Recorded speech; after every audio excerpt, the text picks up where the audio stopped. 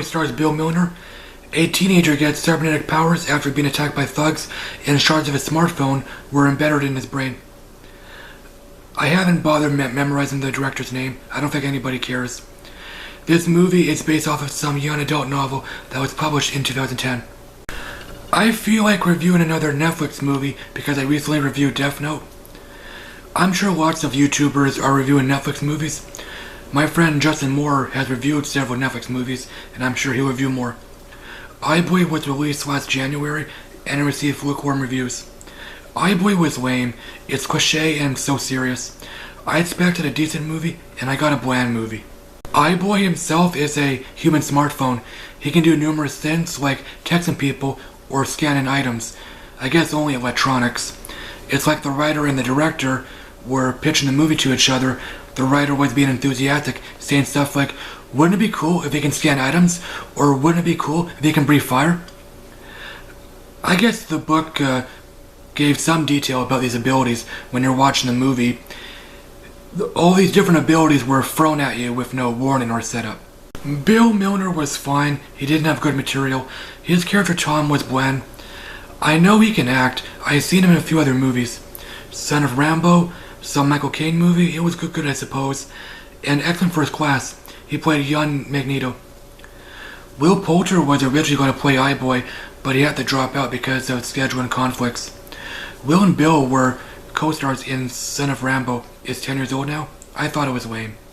iBoy was really cliche. The script was undercooked. It's like it was written in 2 weeks or during filming. Some scenes felt like they were written only several hours before they were filmed. Maybe the writer wanted to give the story or the characters some meat, but he had a really tight deadline. The characters are so bland, the script or the writer doesn't develop them. They're barely introduced and that's it.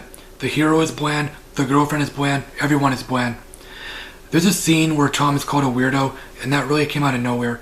There's an earlier scene, it's a party scene, and you quickly realize Tom is introverted. Being introverted doesn't make you a weirdo. The romance was bland, it's shallow. Tom and Lucy's chemistry was fine, their material was weak. They had pleasant conversations, they amused each other.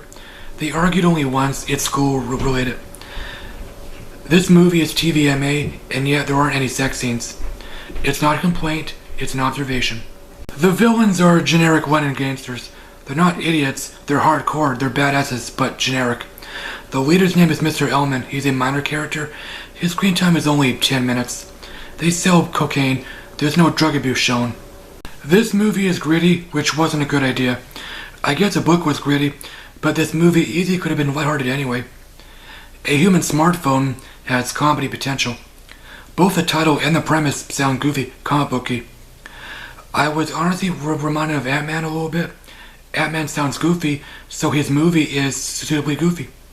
Yeah, it has some dark humor, but it's lame, it falls flat. I guess this movie was inspired by the Marvel Netflix shows because it's gritty and grounded. Nobody wears costumes and there's no cheesy dialogue, or at least not any really cheesy dialogue. This may sound weird. It's a half-assed cautionary tale for teens of gang violence because, naturally, some teens are victims. Lucy was raped at the beginning, but thankfully it wasn't shown. The cinematography was good, bright blue. Maybe a lot of people feel it's just okay. I honestly don't give cinematography much thought. I like to think it's a decent sign of effort. Death Note was lame, but it had good cinematography, bright red and blue. iBoy gets a C. It's not horrible, it's just lame. It's so cliche and it took itself so seriously. The acting was fine. Maisie Williams, who played Lucy, was good. Bill Milner was fine. I'm sure both actors will have a long career ahead of them. Thanks as always for watching, guys. Shares are appreciated. My Twitter link is down below. I just want to let you guys know I welcome review requests. I'm seeing American Assassin tomorrow. I'll talk to you later. Alrighty then.